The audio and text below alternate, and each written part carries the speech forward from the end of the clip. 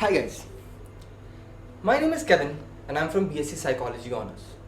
And today I would like to introduce you to a guy that I found really fascinating and relatable. His name is Carl Ramsam Rogers. Carl Rogers was an American psychologist and among the founders of humanistic approach.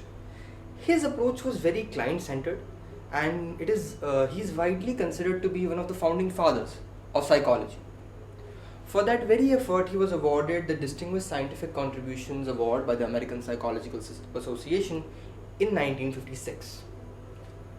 The reason that I chose him personally is because that we being humans should deal with people at a more individual level and with unique approaches towards every person that we deal with. And Carl Rogers is the embodiment of that concept. Carl was born in a very small village of Illinois, Oak Park.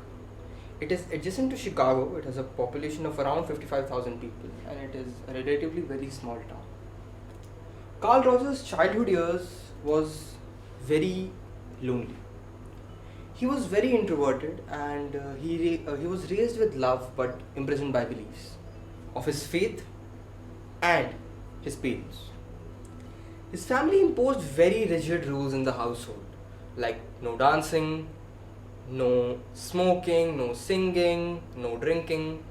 It was a very imprisoned childhood, but he never questioned his parents or his Protestant faith. This very childhood loneliness led him to be close to people. This will also resonate with a few people here in the class as well, that sometimes being lonely leads you to understand people at a more deeper level and understand how they feel in certain situations. He was very lonely and used to sit and read books all the time for hours and hours and hours. And it was very late in his life that he realized that he was interested in psychology. Why psychology? This is a question that I've been asked multiple times, and here also it applies. Why Carl Rogers only chose psychology? He wanted to become an agriculturist. Then he dropped that idea. Then he pursued a bachelor's in history, and 2 years later, he dropped that as well. He realized that he liked psychology because he took a random course at Columbian University during his bachelor. This is me. I also believe that destiny has its ways, and if you try enough things, something will stick. And for him, it was psychology that stuck around. His contribution towards psychology cannot be fit in a single presentation, but I have tried my best. He actually made various theories in humanistic approaches like self-actualization. Roger believed that people have an inherent need to grow and to achieve their potential, and this need of self-actualization was one of the primary motives of driving behavior.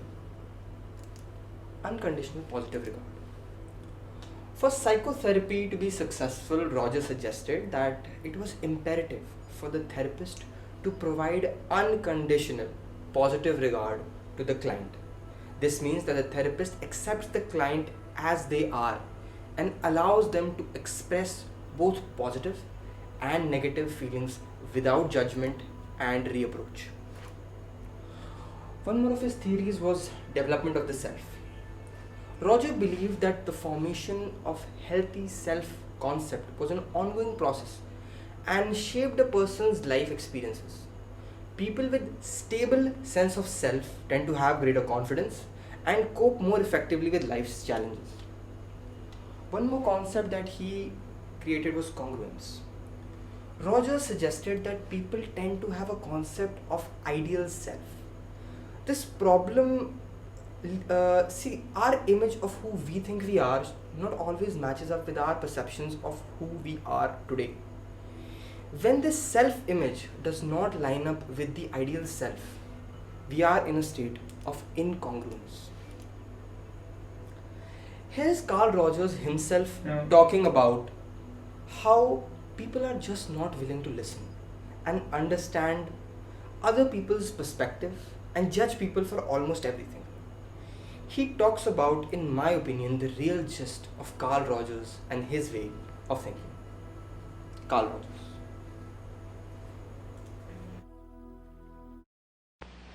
Now, it's simply incredibly difficult for most of us to simply understand without judging, to see the other person's point of view without making judgments about it.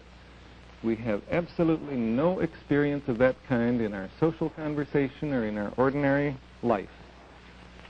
When you listen to this talk or when you listen to your friends speak, you immediately begin to form judgments about it. You don't listen to try to get the other person's point of view. You try to make judgments of it from your point of view. That's why I find that in training counselors, it's terribly difficult to get them simply to be willing to understand from within and to stop at that point. I think people who do listen and understand and who don't judge are deeply valued in any community where they live. They get to be known as people who help.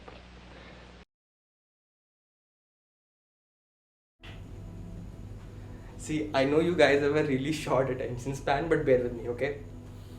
Here is a quote from Carl Rogers. We think we listen, but we rarely do, with real understanding and true empathy. Yet, listening of this very special kind is the most potent force for change that I know of. Carl Rogers.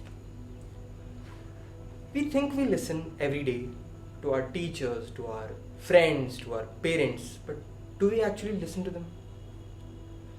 In the way that Carl Rogers talks about, that he thinks is the most potent force for change. See, if you don't get a single thing from this whole presentation, no problem. Just take this quote with you. This is Carl Rogers in one slide. And try to listen to people, try to understand their opinions without judgment and keeping your opinions aside. True empathetic listening is the real force of change that even I know of. Thank you for listening so patiently.